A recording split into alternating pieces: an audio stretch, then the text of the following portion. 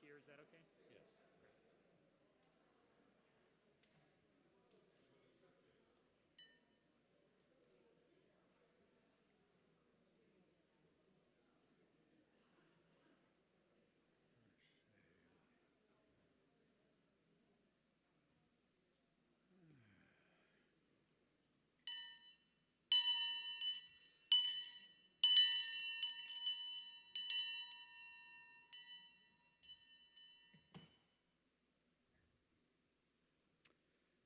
I hope I've done that right.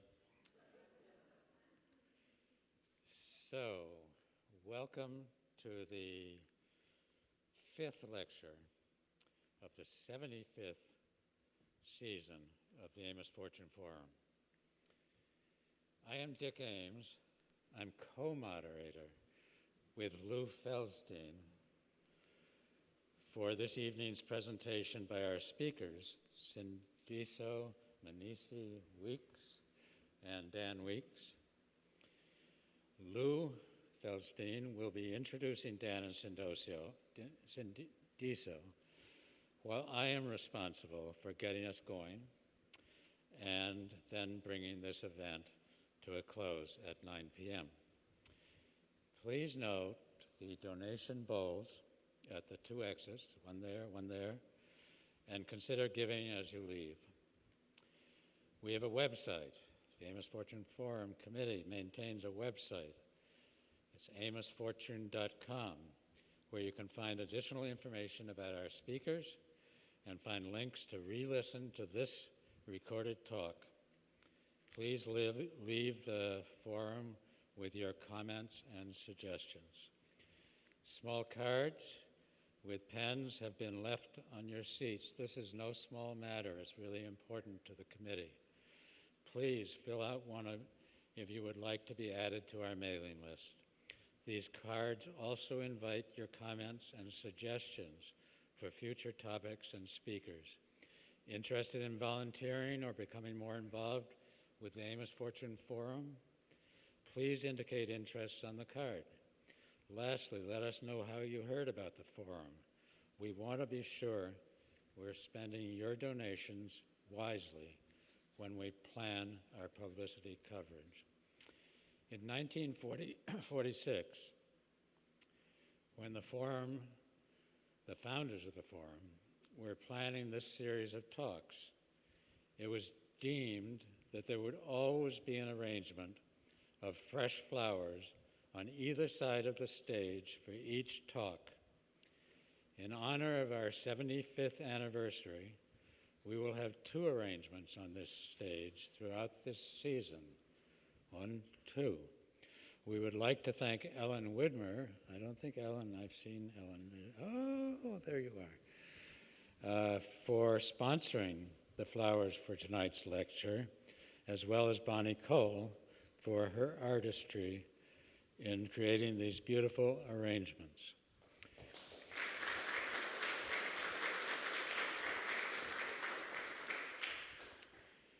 And we would also like to thank Marcia Breckenridge and Grace Hartman for the reception that will follow tonight's presentation.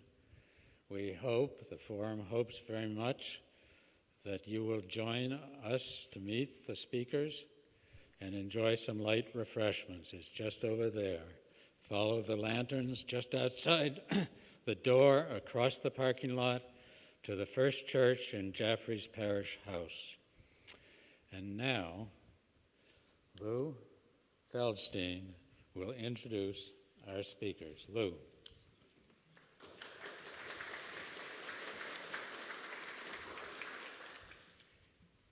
Thank you all. I'm a local boy for the last 40 years living in Hancock. And so it's nice to come here and see neighbors, as it were. So I have the great pleasure of introducing 2 wonderful friends who'll be speaking tonight. The first speaker I'm going to introduce, ladies first, is Dr. Sindiso. There it goes.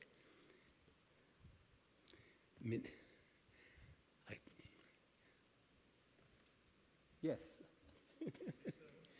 It's Mnisi Weeks, and I just lost the name, how it happens to be. That happens at my age. She's Associate Professor of Law and Society at the School of Global Journalism and the Development at UMass Boston. She went through public law at the University of Cape Town. So you can see that international representation there. And then I want to introduce her partner and husband, and that is, how could I forget? What's this? I'm losing it all. I apologize. It's not there. Dan Weeks. This is a man who's an old friend. I knew Dan when he was in high school, and we stayed in touch. Dan was a Rhodes Scholar, professor of Doctor of Philanthropy and Law from the University of Oxford.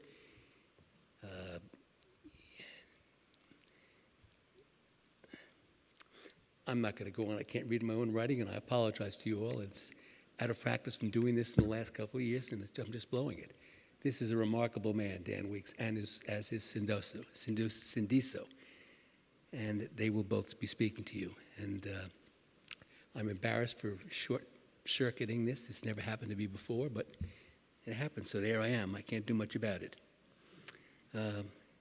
So with that really curt and inadequate introductions, because I can't read my own writing here, and I'm not prepared, study and take your time away from my trying to read my writing, I'm going to turn the platform over to the speakers, and I hope I do better as I make comments later on. But you're very polite. Thank you. Yeah. It's the last time I'll be invited to do something like this. Oh, you're right. Lou, your presence means plenty to us, and that is more than enough. And thank you all very much for coming out tonight. It is a great honor for us to be here. We're going to just dive right in. Amos Fortune, free man. Amos Fortune, kidnapped as a youth, enslaved until old age.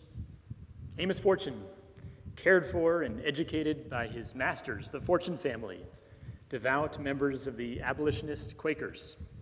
Amos Fortune, denied his promised freedom and sold into further bondage by the Fortune family. Devout members of the abolitionist Quakers. Amos Fortune, trained as a master in his trade by Ichabod Richardson. Amos Fortune, re-enslaved by Ichabod Richardson, who profited from his labor and denied Amos his promised freedom in Ichabod's will.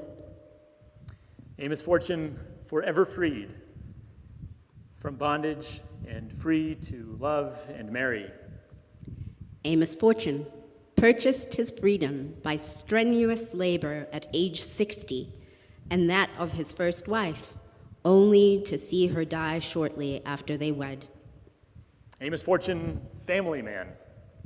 Amos Fortune purchased the freedom of his second wife and adoptive daughter after years of hard labor. Amos Fortune, esteemed member of the First Church of Jaffrey that met in this very hall. Amos Fortune, consigned by segregation to sit in the balcony of this very hall and worship the Lord out of sight. Amos Fortune, a symbol.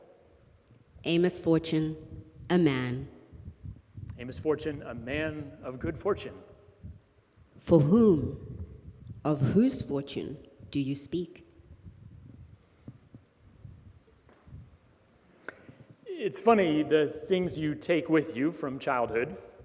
One that I'll never remember is words from Ralph Waldo Emerson that my father taught me. People wish to be settled. Only as far as they are unsettled, is there any hope for them? So, with that in mind, I'm going to start with a few unsettling images. And with the unsettling words that you see, white supremacy. And with the still more unsettling proposition that these images are not, in fact, the problem. They're a symptom of a much larger problem in which all of us partake. So rather than point the finger at these neo-Nazis who rallied near our home 2 years ago, or the family that flies this Confederate flag a short drive from here, or at the white nationalist fellows here in full army fatigues, fist-bumping a white police officer right outside our state capitol, Concord, 2 years ago. Rather than that, I want to point the finger instead back at me, perhaps at all of us, and invite us into a conversation about racism and a quest for contemporary abolition. And more than that, with the help of my better half, Sindiso, a search for Ubuntu. As I share bits of my journey, how I've learned and tried to unlearn white supremacy, I want to begin with a simple proposition. Racist is an adjective, not a noun. Something that describes all of us some of the time, but none of us all of the time. The proposition that no one is totally innocent of racial bias, and no one is beyond redemption. That's because racist, the adjective, modifies and describes our whole society. It's in the air we breathe, the water we drink every day, the media we consume. And we ignore it at our peril, at our country's peril. So let's get into the journey, shall we? This is my place. These hills and woods and lakes, the great mountain over there. I love this place and have always claimed it as my own since growing up in the town next door of Temple.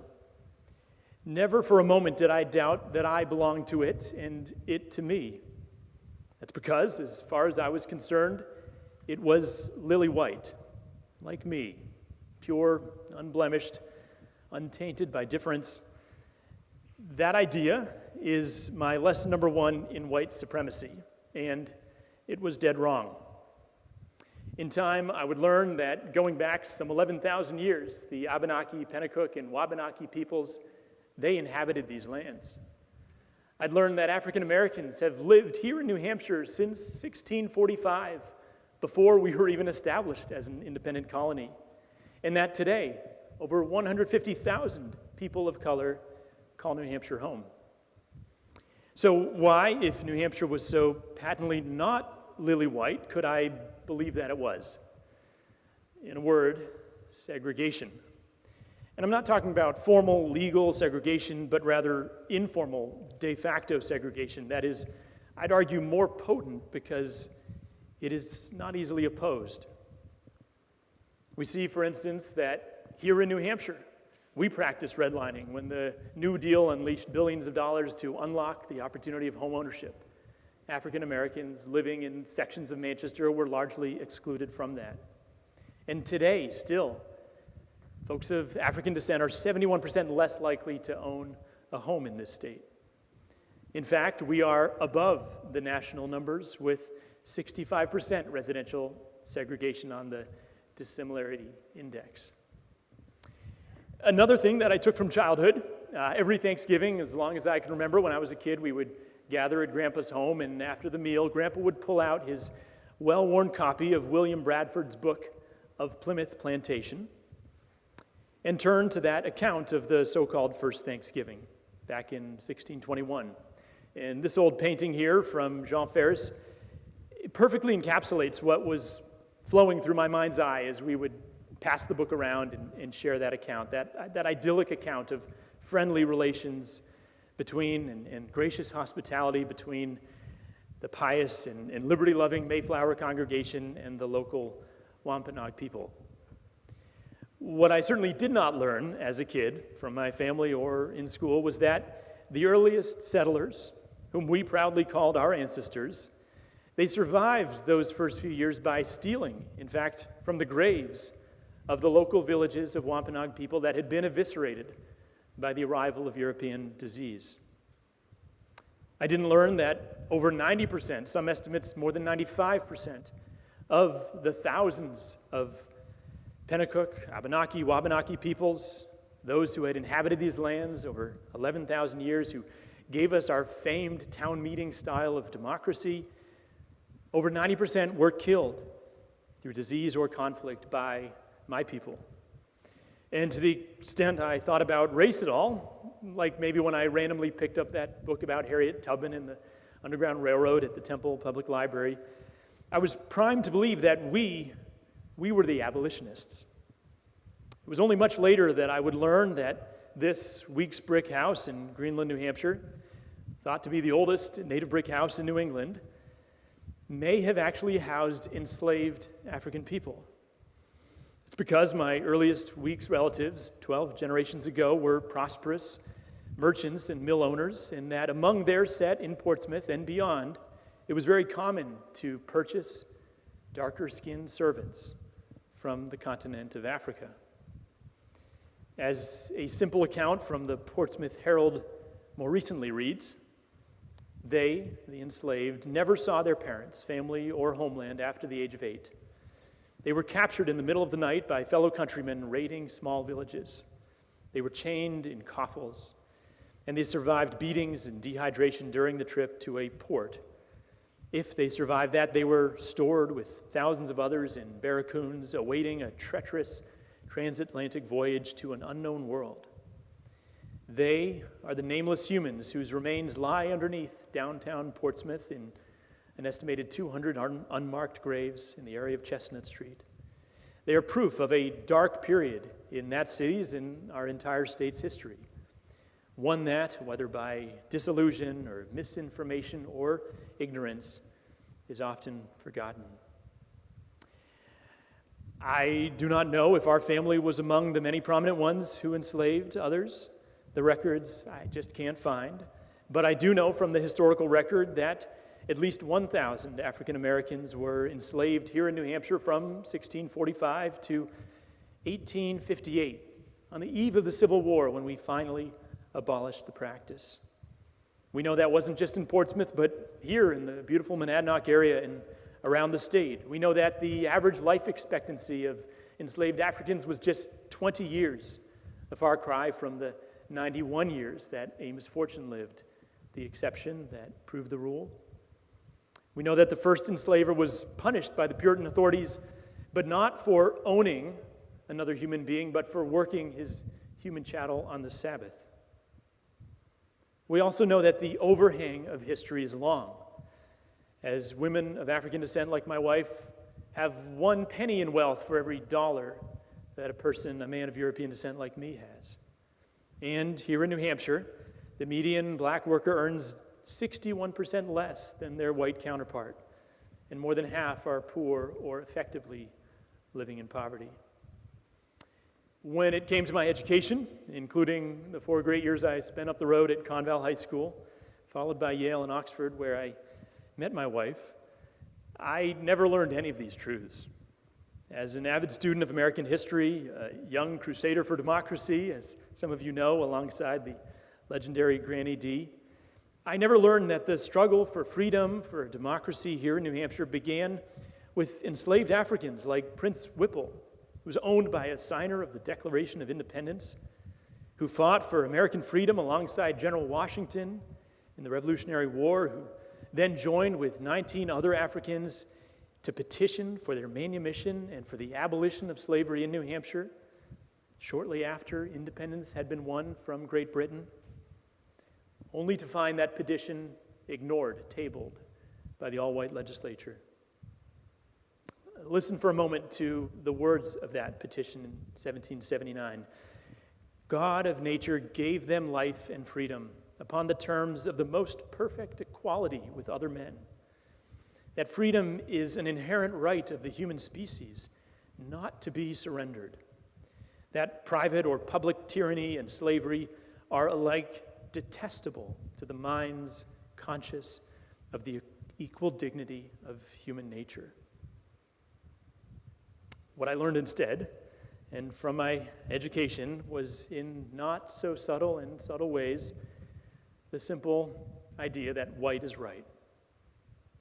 White, which is not in fact a skin color, but rather a manufactured idea of superiority, was how we all identified, including every teacher, coach, or other role model that I had. Black, which is also not in fact a skin color, but a manufactured idea of primitive, bestial inferiority, invented to justify enslavement in 1453. Black was nothing I encountered except in news reports on crime and drugs and things like that. Could it be that the absence of a concept of black success in my mind, beyond the occasional Michael Jordan, had to do with the fact that we in New Hampshire and across the nation systematically underinvested in the education of students of color and suspended and expelled them at 5 times the rate of kids who looked like me for similar so-called offenses? Or that when I, a little older after high school, got to serve in AmeriCorps after graduating, was one of a small handful of folks of European descent in an otherwise all black and Latino and very rundown school in Washington, D.C. There I was admired by the students for my light skin and my blue eyes. Another not so subtle sign that white is right. Only years later would I add the larger context when reading Toni Morrison's The Bluest Eye. Again, I had little concept that even in New Hampshire, children of color live with far higher rates of homelessness, poverty, and resulting toxic stress that literally robs them of the ability to learn. Or that even here, the N-word and expressions like black guy, bad guy could be spoken to my kids. Or, God forbid, that young biracial kids could experience an attempted lynching like that boy up in Claremont in 2018. More than these individual incidents of bigotry and hate, I want to focus on the systemic dimension. We know that folks of African descent are nearly 3 times as likely, for example, to be arrested here in New Hampshire and then 5 times as likely to be locked up, often for nonviolent drug-related offenses, even though, again, the rate of drug abuse and sale is the same across racial groups. My education culminated under those dreamy spires in Oxford, financed in part by the enslavement of African people, and that is where I fell in love with Sindiso. And although there's so much more that I could say about that time, that encounter and our eventual union, all of it good, I'll end my portion with this as it relates to my journey of learning and attempting bit by bit to unlearn white supremacy. You know, the thing that parents and grandparents do when their kids come back on break from college. They ask about your love life, and my dear kin, of course, asked that too. And if I'd found the special someone, I remember a particular visit in those years, 2007 and 2008, and when they asked her name, Becky or Sue, and when I went on to answer Sindiso, Mnisi, something happened there, subtle but real. In response to the puzzled expressions, the questions of concern about our kids, could we really bring kids into the world someday? What it seemed like they were asking is, could I actually marry such a person? I remember responding, and I remember this with shame, by focusing on her accolades rather than her humanity, a Rhodes Scholar on her way to an Oxford PhD. As if to say to my family, don't worry, she's one of the good ones, someone you can be proud of rather than afraid of. Over this journey, I would come to identify as a modern abolitionist, what I wish my forebears had truly been, and yet, with Sindiso's help, I've come to see abolition alone, doing away with these outer sources of oppression, as not the ultimate destination. And so with that, let me turn it over to Sindiso.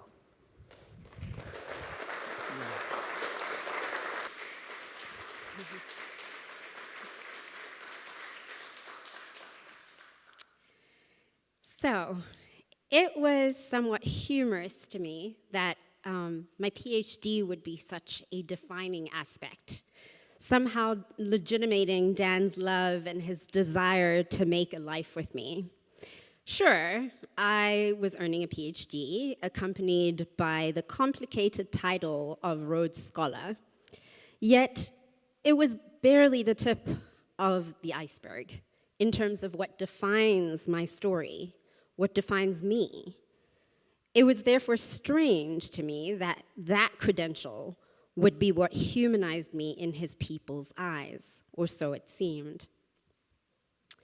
So when Dan brought me to a state I'd never heard of before I met him, and sought to introduce me to its, quote, natural charm, especially in what I perceived to be its Arctic winters, I took to saying, in the words of South African comedian Trevor Noah, apartheid was my extreme sport.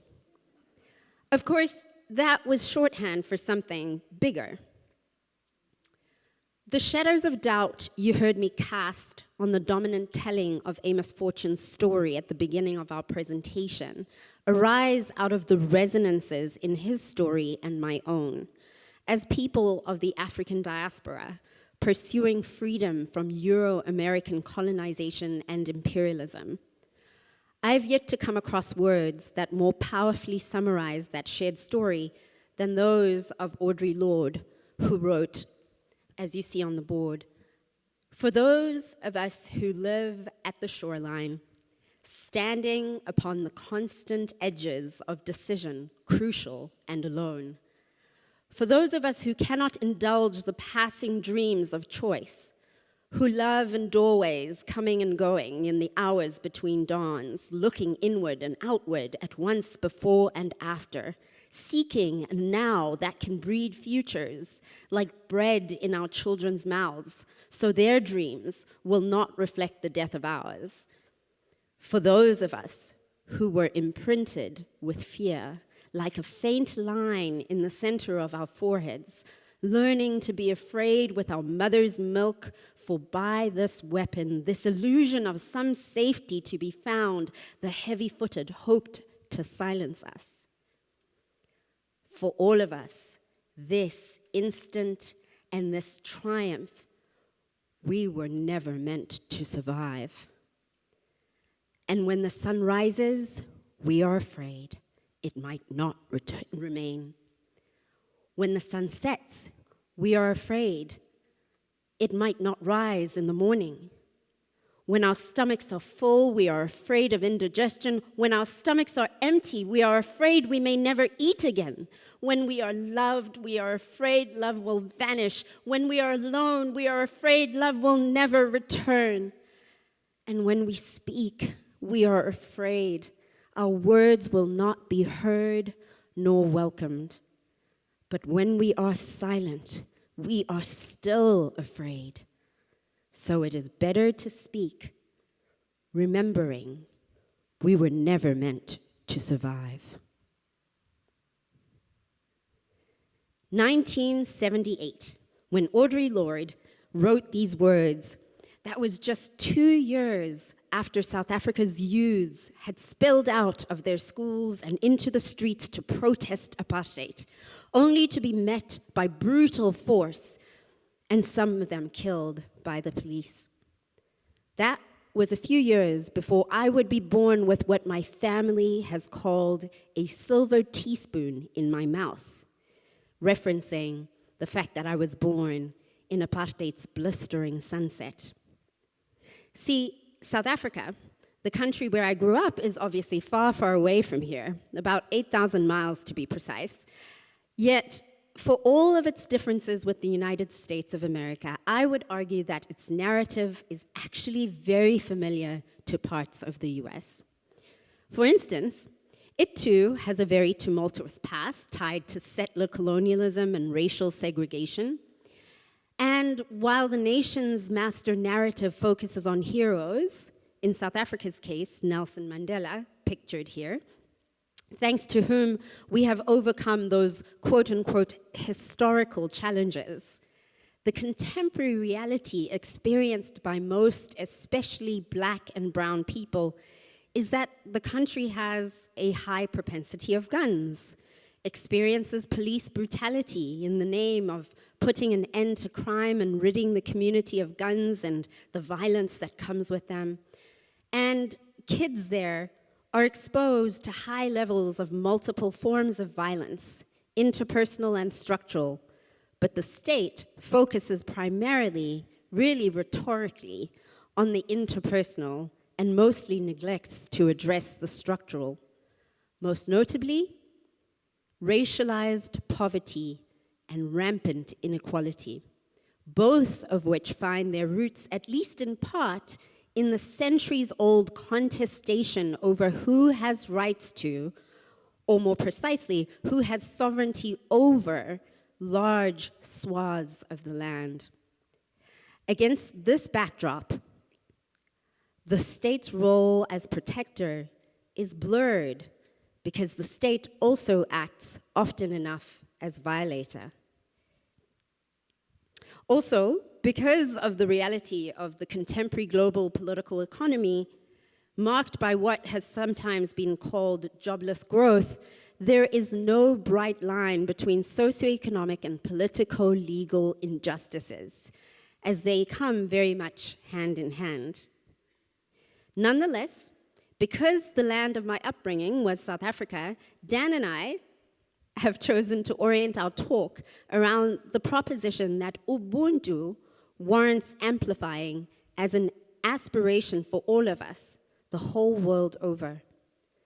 This indigenous African philosophy's importance has become all the more salient for me in recent years of studying my home country's colonial and apartheid history relative to that of the globe, the United States included. To summarize briefly, and it probably goes without saying, that South Africa as a state was formed through bloody conquest. The colonial government, initially the Dutch arriving in 1652, relying upon a number of Roman Dutch legal constructs such as terra nullius and lex nullius to justify what was actually plunder. Terra nullius meant regarding the native occupants as uncivilized and therefore having not laid claim to ownership of the land. Hence, the land was regarded as vacant, though it was in fact occupied. Lex nullius meant that for much the same reasons, the quote-unquote uncivilized pre-occupants were without law, they were lawless. The colonizing government used these legal fictions to establish what it later described as, quote, duly constituted authority over the indigenous people and the land they inhabited. The result was this: Black people, roughly 80% of the population, legally allowed to possess land on only 13% of the territory and denied citizenship in the rest. In these reserves and black spots, which were actually modeled after the United States' Indian reservation system, the quote-unquote natives were considered mere subjects of so-called despotic chiefs. Using law upon law upon law, the colonial, then the Union, then the apartheid governments of South Africa tried to answer what scholar Mahmoud Mamdani has called the native question. In other words, they tried as a minority population to take charge of and control the majority population. And those relative proportions is where there is a meaningful difference between South Africa and the United States. But, as Mamdani's latest work covers, little else is in fact original. Yet, much like many Native Americans here on Turtle Island, my family experienced intersecting forms of plunder, of land, labor, and life, which had very real and persistent consequences for people who look like me.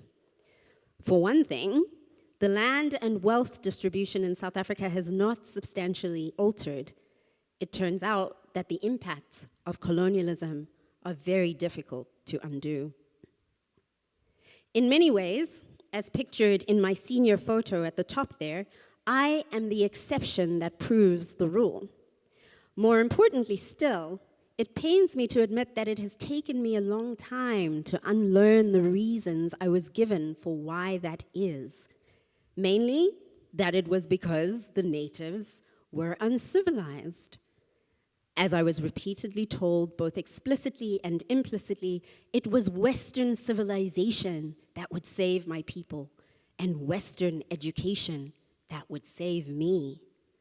And frankly, such education did ultimately get me out of the township, pictured in the bottom there, where I spent my formative years, so the claims had to be true, right? Growing up under apartheid South Africa and then studying at institutions of higher learning domestically and internationally that have frankly been complicit in perpetuating and advancing what Bell Hooks refers to as imperialist, white supremacist, capitalist patriarchy, I internalized these civilizing claims. Yet in time, I came to recognize this miseducation as something aimed at justifying entrenched inequality as somehow necessary, natural. I now find that in much of what I was taught, I was frankly misled. In some ways, I'm still only striving to unravel the threads of colonialism, racism, and sexism's impact in my PhD-educated mind, in my very soul. And the linkages between the present and the past that I describe are an essential part of Dan's and my individual and shared narratives. So when he pointed to my PhD, I had to remind him that mine had gone against the odds presented by the then currents of history. My somehow uniquely humanizing PhD was born of the toil of many men and women, many of them laboring invisibly, their names never to be remembered, many having labored in vain. It was these women and men's sweat that funded my Rhodes Scholarship, and so I hold that PhD knowing all too well that too many were left behind. And that is why it was somehow fitting that Dan and I were married on a European wine farm in South Africa, standing under the slave bell. History casts a long shadow. It wasn't long after Dan first welcomed me to New Hampshire that he started to understand what I meant. Because long before an American president would speak of quote-unquote shithole countries in Africa, and even later, once I was a US citizen and professor, I would go on to be called the N-word out in public and told to, quote, go back to where you come from. Those who told me that a Western education would somehow civilize me were wrong. A PhD does not make you any less of an N. It just improves your odds of survival. In my family, I am the one who got out, the one who got away, the one who somehow miraculously and through collective hard work escaped the captivity of poverty and inequality. What Dan has come to empathize with in our many years together is that for those reasons and more, even with a PhD, I am still what Audre Lorde described as being imprinted with fear, because like she and Amos Fortune, I remember. That is, I never forget that we were never meant to survive. Yet, like them also, I harbor dreams that our present can breed futures such that our children's dreams will not reflect the death of ours. I dream of Ubuntu. South African philosopher Mokgobe Ramose defines Ubuntu as liminal humanity, a sort of hyphenated being because of one's ever becoming more human. Ubuntu, that is a human being, is inescapably and incessantly in a state of becoming. Ubuntu is in the existential condition of relation with all other beings, and in the first place with other human beings. This condition of relationality speaks to the philosophical insight of the Bantu-speaking peoples that umuntu, ngumuntu, ngabantu, a person is a person in, through, and because of other people. That is what is commonly referenced as Ubuntu. Unlike the Cartesian, I think, therefore I am, the philosophy of Ubuntu says I am related, therefore we are. So, what does Ubuntu mean for our context here and now? We would like to propose 5 simple applications and an accompanying action or 2. My work has been to try to remember alternatives in and through indigenous languages and frameworks, and thereby reimagine not only contemporary law and society, but simultaneously all of reality in a manner that's grounded in hidden pasts, forgotten futures, and rejected ways of being, seeing, and knowing, most centrally, Ubuntu. As Boaventura de Sousa Santos has written, there is no global social justice without global cognitive justice.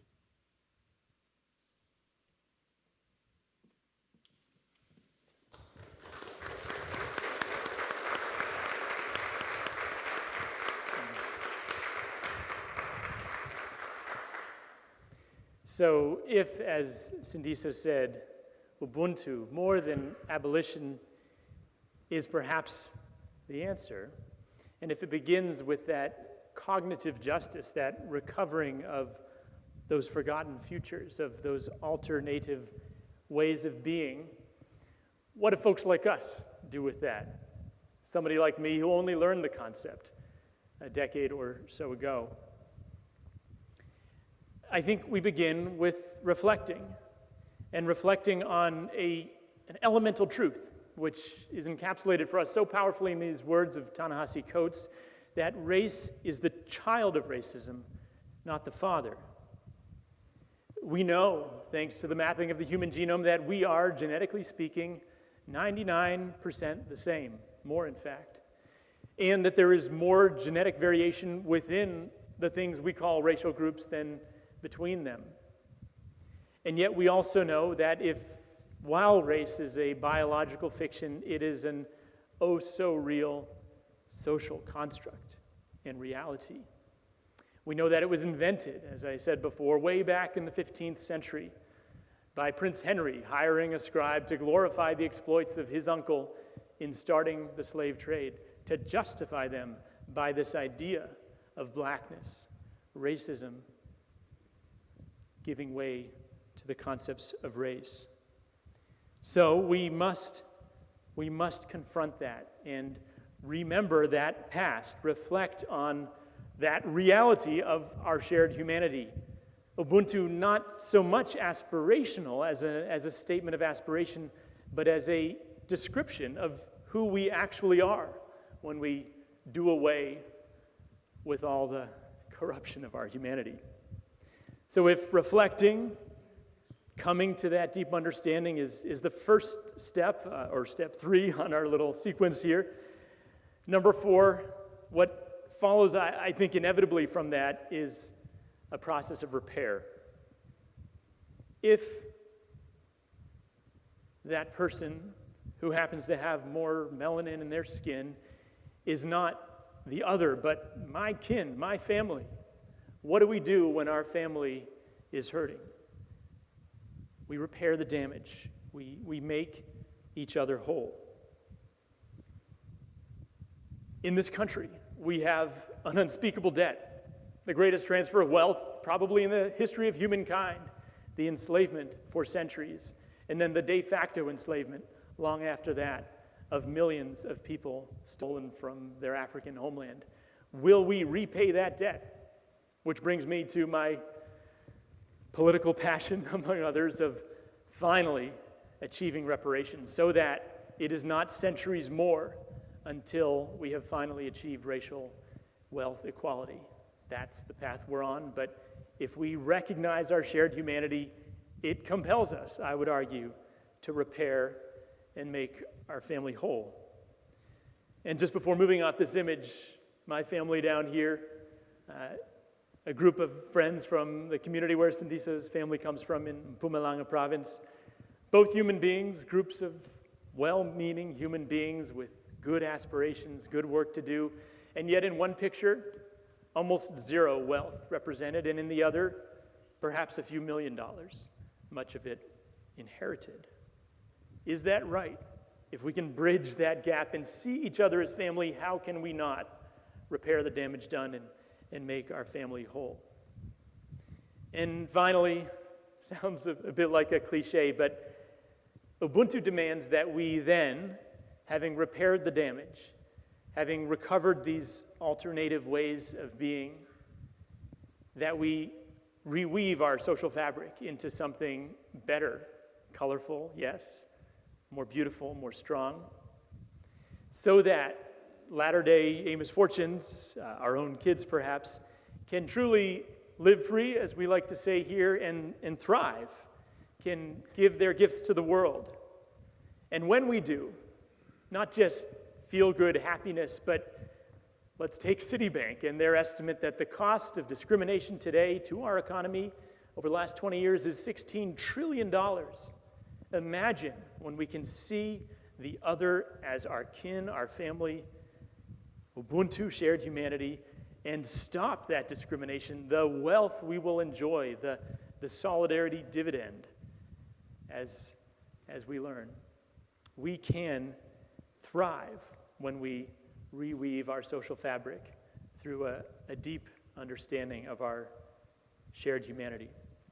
So, bringing it back to Amos' fortune, we would submit that Amos's goal wasn't just to be unchained, of course.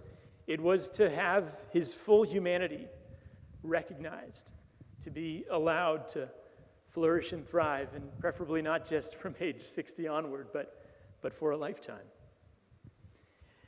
When the two tellings we provided of Amos's story at the beginning, both real in a sense, what we do with them, what story we choose to tell ourselves matters a great deal. Which one will we lean into, and on the basis of which will we act? Will we choose the one that preserves our comfort, the individualist tale of overcoming the odds and making a good life, the man of good fortune? Or will we choose the one that compels us to act with urgency, recognizing that, in the words of Mahdi Davenport, you can't benefit from the oppression of others without losing deep aspects of your own humanity. White people need to be in the struggle to reclaim the humanity that our ancestors, my ancestors, chose to exchange for the chance of prosperity in the world. This call for white people to be a sister or brother who realizes it's your struggle, my struggle for justice and humanity, not just the struggle of people of color. This is the thing that we call Ubuntu. So let me close. What'll we choose? Will we choose feel-good diversity, multiculturalism, hand in hand, a beautiful image here, or the co-conspiratorship that Mahdi Davenport speaks of? And so I want to end just with a simple, and to Sindiso and me, a really gripping depiction of what Ubuntu can look like today in this context. 2015, you all remember June 17th of that month, this terrible shooting at the AME church in South Carolina, Charleston, South Carolina, Emmanuel AME, Dylan Roof killed 9 people. 10 days later, 27th of June, 2015, a courageous young woman, Bree Newsom, decided to finally take down the Confederate flag that still flew on the State House grounds there in Columbia, South Carolina. Now, like many of the stories, the rather one-dimensional tellings we like to do of major events, Rosa Parks was tired and just decided to sit down. This occasion was a planned act that brought together conspirators of every race. Because as she trained and prepared and arrived early that morning and scaled that flagpole, reciting the words of the great prophet Isaiah 58 about untying the cords of the yoke, breaking the oppression. She was joined by a young man of European descent like me, a guy named Jamie Tyson, who knew that the police would be coming and that they could use whatever means to bring her down. In fact, could use a taser to electrocute that flagpole. But what he did, more than an ally, more than putting out the Black Lives Matter sign or hashtag on Facebook, he put his hand on the pole. And he knew that the police would never tase a pole with a healthy young white man standing there. And in so doing, he might have saved Bree's life. Will we choose that kind of co-conspiratorship? And it'll look different for all of us. But if we can truly see the other as family, as kin, if we can live into this concept of Ubuntu, again, more than just an aspiration, but as a description of our true reality, if we can do away with the corruption of our thinking, what'll we do? How will we go beyond feel-good diversity, hand in hand, to putting our hand on the pole? So we want to end with that and welcome your questions.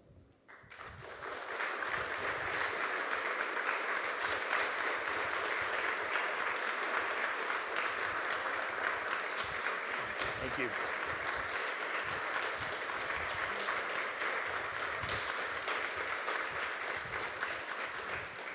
Thank you so much. I think we have 9 minutes, and we'd love to take any questions. Yes, sir.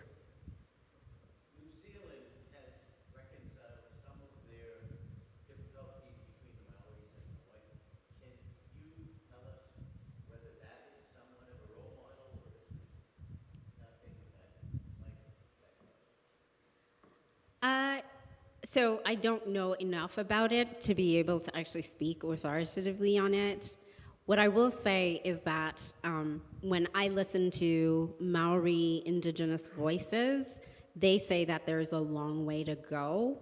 And so I think that the gesture of actually making an effort has been meaningful. However, I would hardly say that they are the kind of role model that we should be trying to emulate, at least not insofar as, I wouldn't say that they have actually cracked it. Yeah.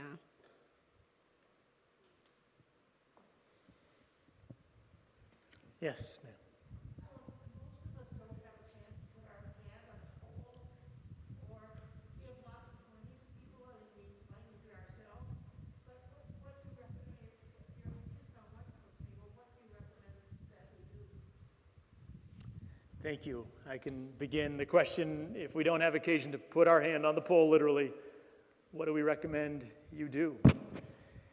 For me, in answering this question, I think the most important thing has been to ask myself the question every day. And when I gather with fellow men of European descent like me, and we have these conversations sometime, I try to remind myself that we're a little bit differently situated, and that for me to neglect the question would be to fail as a dad and husband when our kids have experienced what they've already experienced at age 6, and 3. So I want to be mindful that please don't give me plaudits. I'm just trying to do my job as a husband and dad. But by asking that question, if not every day, then every week, it's taken me to a lot of answers I didn't imagine. That is, bringing that consciousness into my various relationships, into the organizations that I belong to, into the company where I'm a co-owner, boards that I serve on, has led me, by asking the question continuously, to a series of engagements that have been, I think, meaningful. By no means enough, but an organization that never had a person of color on its board, but has a powerful voice in this state, finally taking that step and being blessed to be in community in Ubuntu with a good number of our more than 150,000 Granite Staters of color. I can perhaps help the organization make some connections and bring those voices to bear. It's led me in our company to ask, well, what is our responsibility? We're a $100 million business. We have 360 employee owners. What will we do with our capital, social, economic capital, and how will we recognize the fact that we come from a business tradition where a lot of the fortunes in New Hampshire, yes, the numbers of enslaved people, low thousands, were not that many compared to the South, but fortunes were made through the trade with enslaved plantations in the South. And the biggest textile manufacturer in the world was right there in Manchester, cotton subsidized by enslaved labor. So what can my business do? How can we shift our giving? How can we make meaningful connections, overcome access barriers to clean energy, our particular solution, and actually just be much more intentional? So those are a few of the things, and I think donations, small donations matter. There are so many organizations that lack the basic capital to have a voice, and there's so many barriers. Sindiso will remind me that my white privilege replenishes every morning as I go out into the world, and there are things I can say to fellow folks of European descent that when she opens her mouth and says the same thing, she's dismissed as the angry black woman. So speaking in our community, engaging our organizations, giving what we can, especially to organizations or spending with businesses that are owned or led by people of color, those are ways we can begin to move the needle and close that dollar to penny wealth gap that is so unjust. Yes, another question. I don't want to use a... Words are very welcome and very educational, and I can only hope that this will be part of the curriculum in our schools. Do you worry about the critical race theory at all? Oh gosh, I wanted to put a whole slide on that. As many in this room know, the divisive concept span. I'm proud to be a plaintiff in a lawsuit trying to contribute to that work and related issues, the particular suit I'm involved in on vote suppression. I'm deeply, deeply concerned. Before there was any such ban in place, I learned, as I shared, next to nothing about this history. And part of why I wanted to take some time, whether it was of any benefit to you all, is because just saying it again, just going a little bit deeper into the history and committing some more of that history to memory is galvanizing for me, and I think it can be for young people. But to take a positive spin for a moment, I believe that small minority of our countrymen, women who would reject everything we said, I think they may have overplayed their hand, and it's up to us to make that so. We saw in local elections this year where folks on the reactionary right tried to make this the voting issue, parents' rights, and in town after town here in New Hampshire, they lost by wide margins. The town of Croydon, having eviscerated its public school budget, brought it back in full. So we can overcome that. It is a source of fear to both of us, and yet we're seeing signs of change, and we can all contribute. Amos would be very proud of you. I just wanted to add one quick thing to what Dan said about the divisive concepts bill. And, I spoke a lot about my experience as a black woman, but the reality is that I am now the mother of biracial children who the world sees as black, they present as black, but I don't want them to hate their white kin. I don't want them to hate the parts of themselves that are white. And so for those parents who are concerned about teaching our kids these histories, there's a part of me that empathizes with that.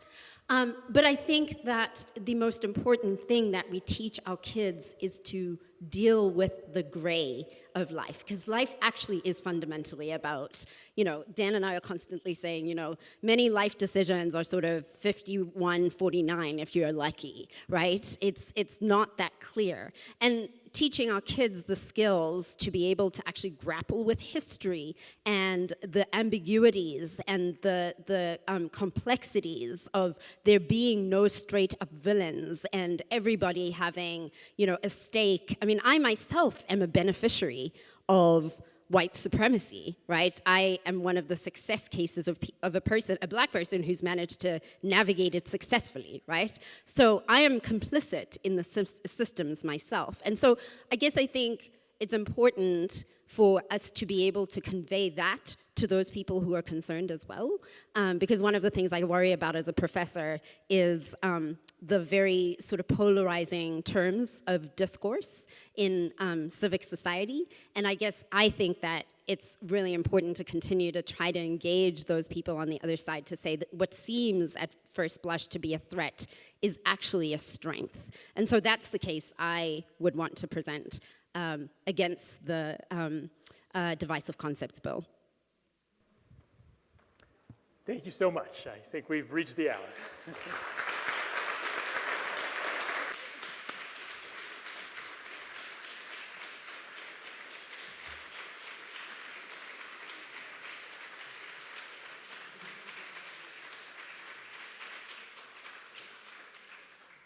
Well, it is my privilege after that to present you with the gift that all speakers, Amos Fortune, receive, which is a half gallon of the very best maple syrup. Wonderful. Thank you. Absolutely. Our kids are delighted. Okay, I can say that not only do I hope, but I'm sure you have enjoyed this evening's lecture, and we're very grateful to both of you. I also want to say that next week we'll have another interesting talk. This has been an amazing year, and thank you, by the way, to the Amos Fortune Forum Committee for putting this all together. Next week for a talk that will be given by Florence Reed, and the title is Growing a Just and Sustainable World with Regenerative Agroecology. So, and also, don't forget, we've got a reception right over there.